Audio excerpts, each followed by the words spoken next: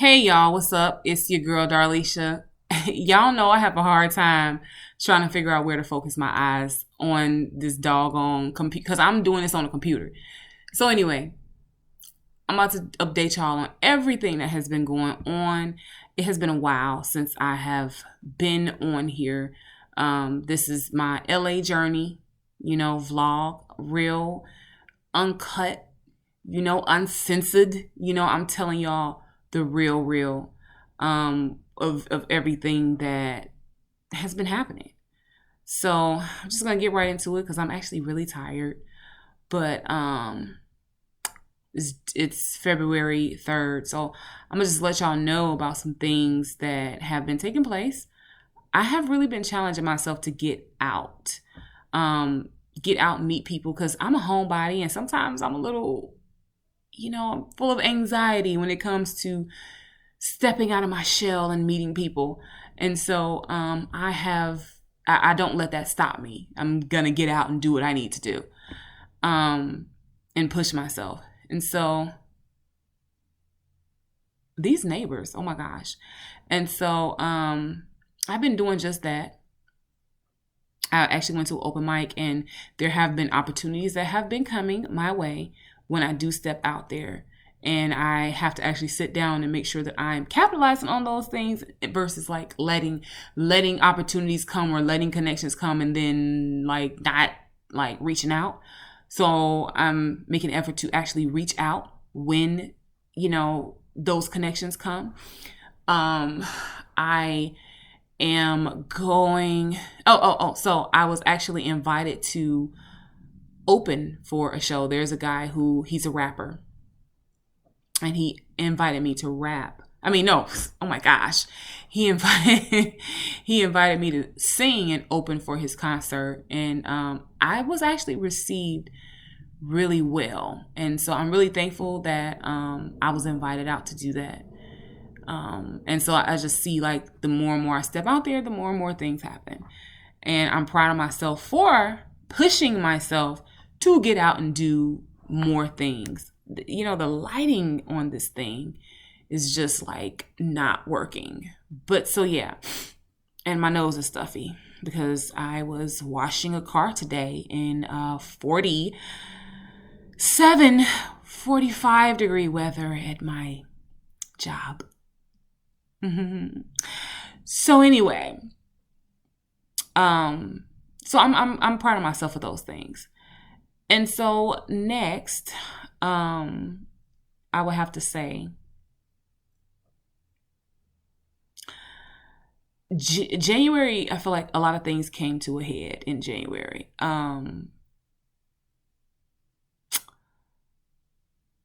Some bad things actually came to a head in January. I think January was very emotional for a few reasons. And I think one of the reasons that January was very emotional is because I have been pretty stressed.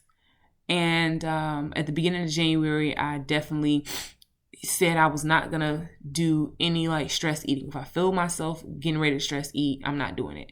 And y'all, like, I believe that everybody is beautiful no matter what size you are. But I did lose 100 pounds and I'm not going back to being where I was before. And when I look back at that time in my life, when I was putting on a lot of weight, like I was out of college, I didn't know how to get to the things that I wanted to do. And I was afraid.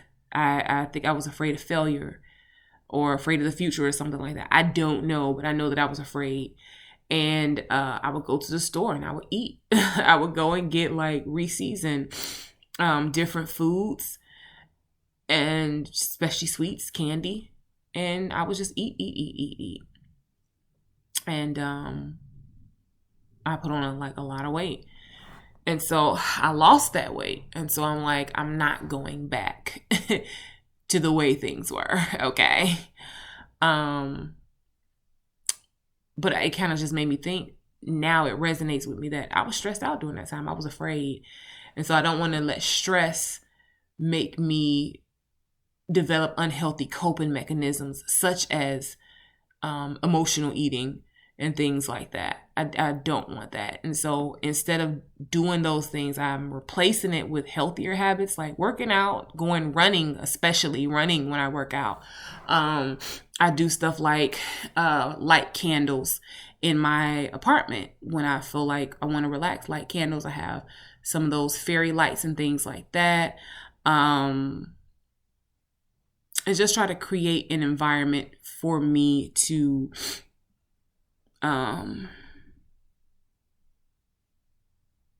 relax, put on a face mask, read books, relax. Because no matter where you go in life, no matter what I'm doing, no matter what you're doing, stress, the opportunity for stress is always going to be there because there's always going to be some type of pressure no matter what you're doing. You think Beyonce ain't dealing with some pressure? You think Oprah ain't dealing? You think Obama wasn't dealing with pressure? So it's like, it just has to be ways to cope with stress that are healthy. And it's like, so I got that kind of revelation when I first woke up about myself and stress. And then I actually went to church. My pastor was talking about stress and how he actually talked about how stress can kill you. And we don't think about that. We also don't think about it until it's too late, until, a heart attack has taken place or whatever the case may be. We don't think about it until that point. So, yeah. And then, I guess last but not least, because I don't want to make this video super long. I'm just trying to update you guys on some things. But,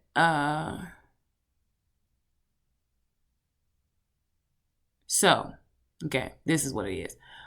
A crazy situation happened like last week on the 29th of January.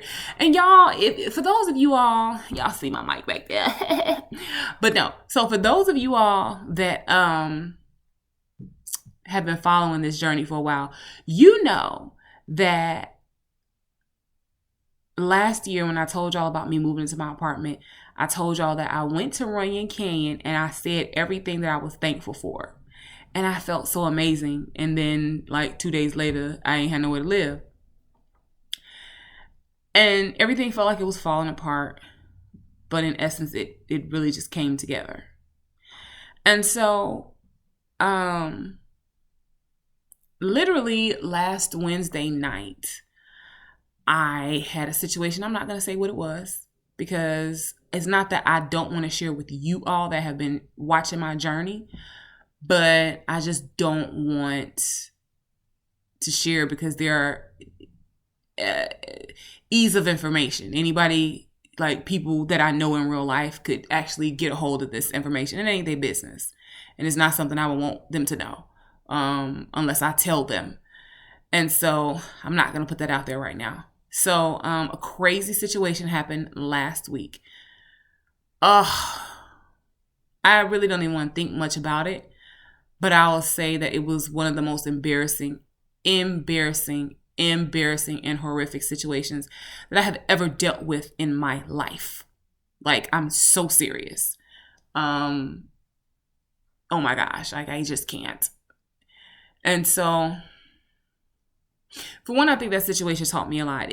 Some things, like I said, some things came to a head because I think that I have had to really take stock of things since moving out here and take stock of myself and the way that I think about things, my perspective on things.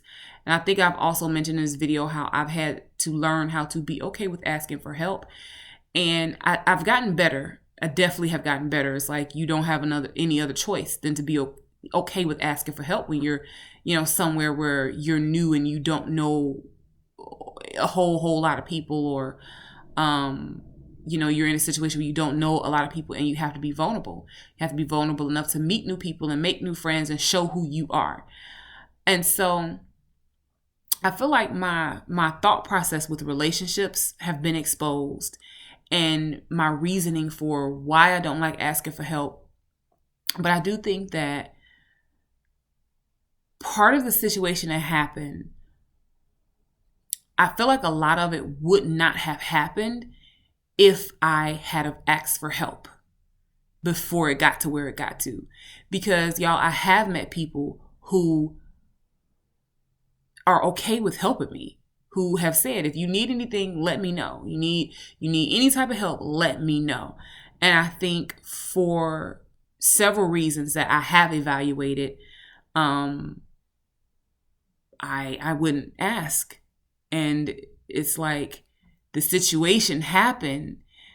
It didn't have to happen, but it taught me something. And it taught me something about myself. It taught me a lot about myself. And I feel like the situation also awakened something in me too.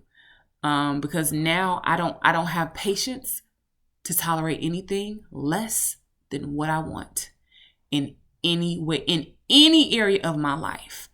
I do not want, I am not going to tolerate anything less than what I want. There's no reason why. And I also am going to be like, if I need help, I'm not going to battle with asking for help anymore and overthinking about asking for help. Because you really don't have much to lose if you just ask for help. You know, I think about, I was looking at Dorothy Dandridge's story, and the woman Geraldine was saying how at the end of Dorothy Dandridge's life, she was dealing with a lot of financial pressure. And I think she lost her Hollywood home.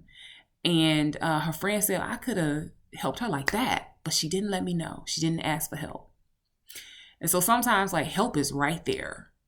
Help is right there. And sometimes we sit on our help. And so I learned to not sit on my help. And then just beyond the deeper reason of not asking for help is just like that fear again, fear of rejection. What if they say no?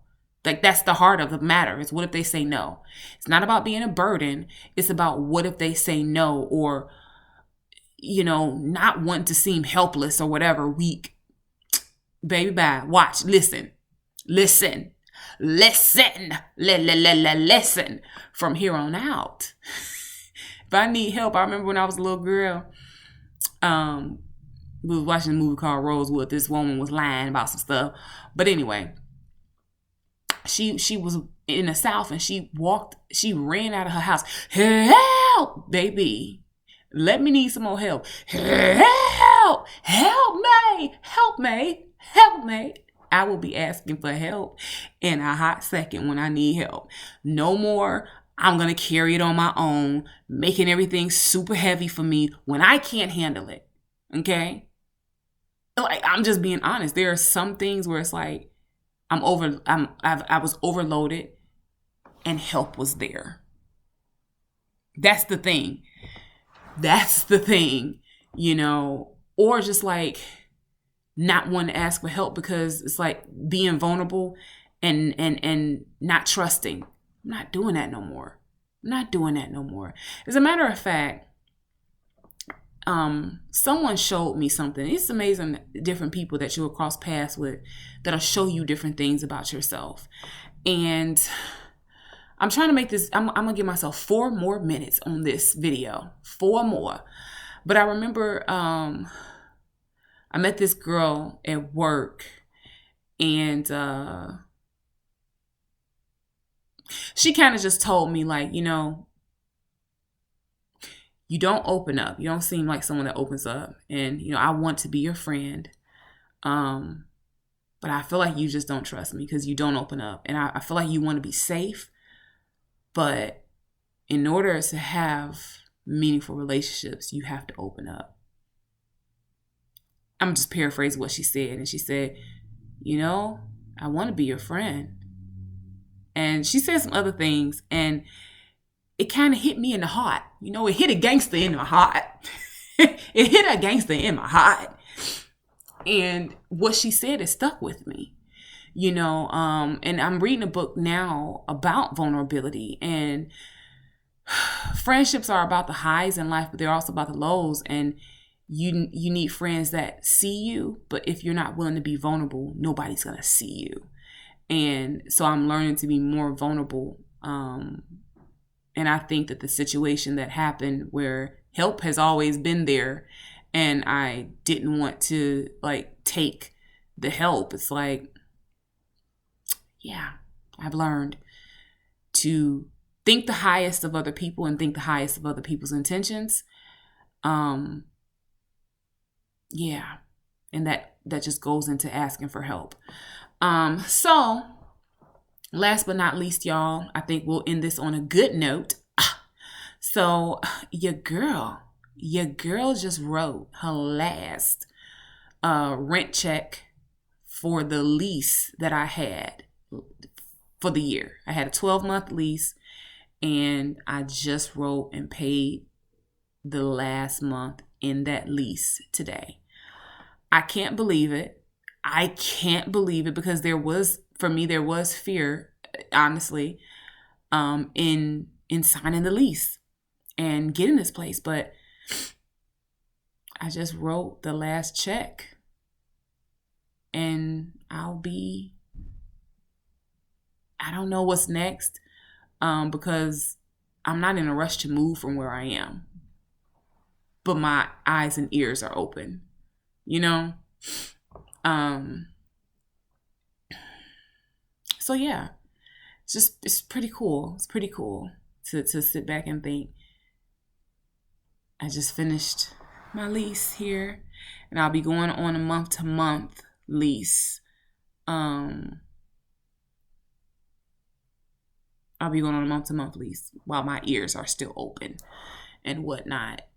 So that is all.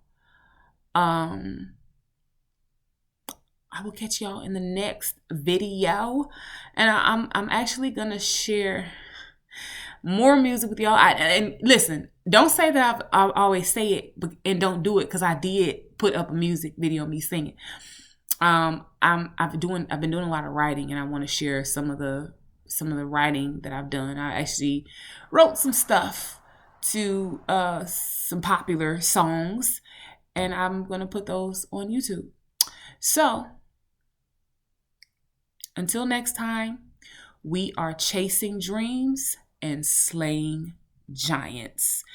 And remember to slay whatever giant it is that you have in your life, and chase those dreams. All right. Remember, okay, I don't know what else to say, but Mamba mentality. Truly. Oh yeah, let me just say this. All right, bye y'all.